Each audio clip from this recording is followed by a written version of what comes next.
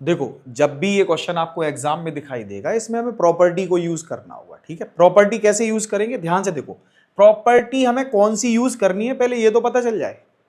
तो आपको कभी भी अगर x इंटू कोई फंक्शन दिखाई दे और अपॉन में भी कोई फंक्शन दिखे, मतलब x into function upon function, या x इंटू फंक्शन x के साथ कोई फंक्शन मल्टीप्लाई में दिखाई दे और लिमिट आपके पास 0 टू पाई दिखे या 0 टू a दिखे, तो ऐसी कंडीशन में आप क्या करेंगे, एक प्रॉपर्टी लगाएंगे 0 to a f x D x is equal to, हमेशा याद रखना यही लगानी है हमको, f a minus x D x. इस प्रॉपर्टी को यूज कर लेंगे, ठीक है। तो अब इसके यूज करने से हमें फायदा क्या मिलेगा भाई, देखो यहां क्वेश्चन में हम बिना फायदे के हम क्वेश्चन में कोई एक्स्ट्रा प्रॉपर्टी नहीं लगाते जब तक हमें उससे कोई फायदा ना दिखाई दे रहा हो, ठीक है। तो इसका फायदा क्या होगा मैं बता रहा हूं आपको, ध्यान से सुनो। 0 से पाई इसकी लिमिट हो गई, ये हो जाएगा pi minus x D X whole upon A square cos square pi minus X plus B square sine square pi minus X, ठीक, और ये डी एक्स। अच्छा इससे क्या मिलेगा, ऑब्जर्व करना आप, ये तो हो गया पाई और ये हो गया माइनस एक्स, ठीक है। मैंने इतने दूर दूर क्यों लिखा, क्योंकि मैं सेपरेट भी करूंगा बाद में, ठीक है।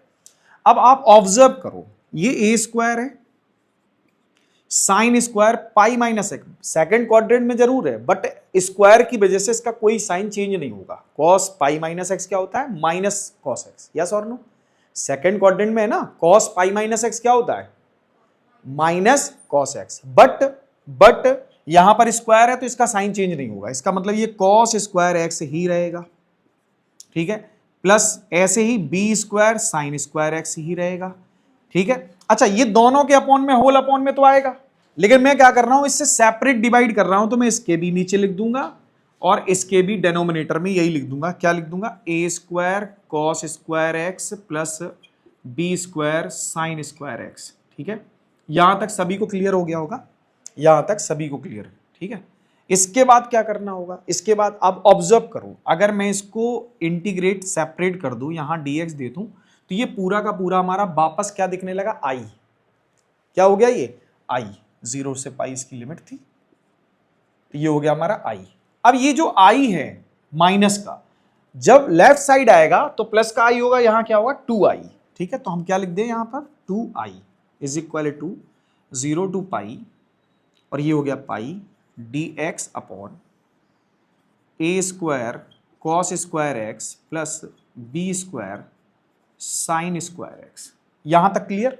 अब अगला जो स्टेप होगा, अगला स्टेप वो क्या होगा, अब ऑब्जर्व करो, आपको कभी भी sign square X plus cos square x के साथ डिफरेंट कोफिशिएंट दिखाई दे, तो आप या तो साइन स्क्वायर कॉमन ले लो या कॉस स्क्वायर कॉमन ले लो। क्यों, ऐसा क्यों, क्योंकि बच्चों आप ऑब्जर्व करो कि अगर हम यहां से कॉस स्क्वायर कॉमन ले लेंगे तो ये टेन स्क्वायर में चेंज हो जाएगा, और जो कॉस स्क्वायर होगा वो ऊपर जाके क्या हो जाएगा, न्यूमरेटर के फॉर्म में सेक स्क्वायर।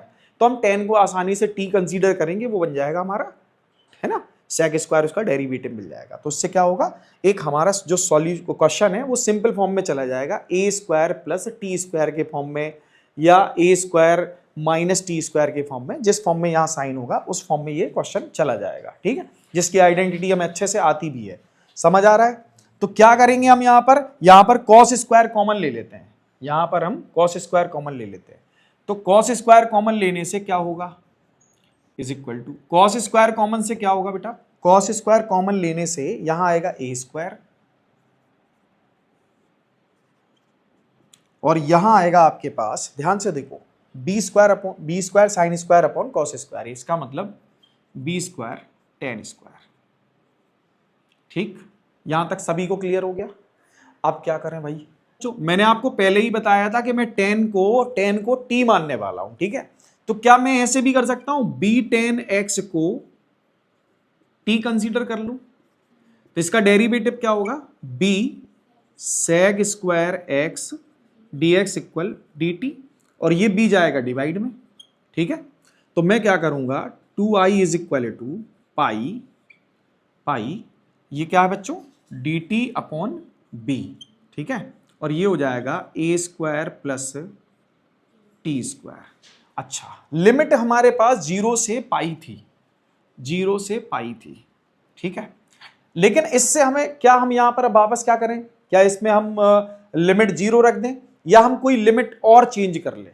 चेंज भी तो कर सकते हैं, लिमिट को भी तो चेंज कर सकते हैं। कैसे चेंज होगी, एक प्रॉपर्टी बताता हूं, ध्यान से सुनना। F x 0 to 2a dx is equal to 0 to a f x. ये कब होता है, जब f x is equal to f 2a minus x हो, ठीक है, जब एफ 2a माइनस एक्स हो तो हम ऐसा लिख सकते हैं, ठीक है। तो ऐसा पॉसिबल है यहां पर, कैसे, अगर मैं पाई से एक्स को सब्ट्रैक्ट करूंगा तो फंक्शन में कोई चेंज नहीं आ रहा, एज इट इज मिल रहा है, हमें एफ एक्स ही मिल रहा है। पाई माइनस एक्स करोगे तो क्या आएगा, स्क्वायर है तो माइनस भी नहीं आएगा, यहां भी करोगे तो क्या फर्क पड़ेगा, कुछ भी फर्क नहीं पड़ने वाला। इसका मतलब मैं पाई बाई 2 लिख सकता हूं यहां पर, इसका मतलब मैं यहां पर पाई बाई 2 लिख सकता हूं, ठीक है बेटा, और यहां पर मैं 2 का मल्टीप्लाई भी कर सकता हूं। तो अब हमारी लिमिट क्या है, 0 से पाई बाई 2, 0 से पाई बाई 2। अब मैं क्या करूं, यहां पर अगर मैं 0 पुट कर दूं तो मुझे क्या मिलेगा, 0, और पाई बाई 2 पुट कर दूं तो क्या मिलेगा, इन्फिनिटी मिलेगा, ठीक है। 2i is equal to pi upon b, इसको इंटीग्रेट कर लेते हैं, इंटीग्रेट करने से क्या मिलेगा, 1 upon a tan inverse t upon a, और लिमिट क्या थी, 0 से इन्फिनिटी, क्लियर। अब ऑब्जर्व करो, 2i इज इक्वल टू, यहां 2 था ना, यहां 2 था, तो ये 2 और ये 2 कैंसिल हो जाएगा, ठीक है, ठीक है। So i is equal to pi upon a b, और यहां ऑब्जर्व करो बच्चों, यहां ऑब्जर्व करो, जब तुम इन्फिनिटी रखोगे तो ये आएगा पाई बाई 2, नहीं आएगा, जब यहां इन्फिनिटी रखोगे तो क्या आएगा, पाई बाई 2, और जब 0 रखोगे तो 0, तो क्या यहां से हमें पाई बाई 2 देखने को मिलेगा, मिल जाएगा ना। तो क्या मैं यहां पर ये लिख सकता हूं, पाई बाई 2, ठीक है। तो फाइनल आंसर हमें क्या मिला, pi square upon 2ab, this is it's final answer. I hope आपको ये क्लियर हो गया होगा।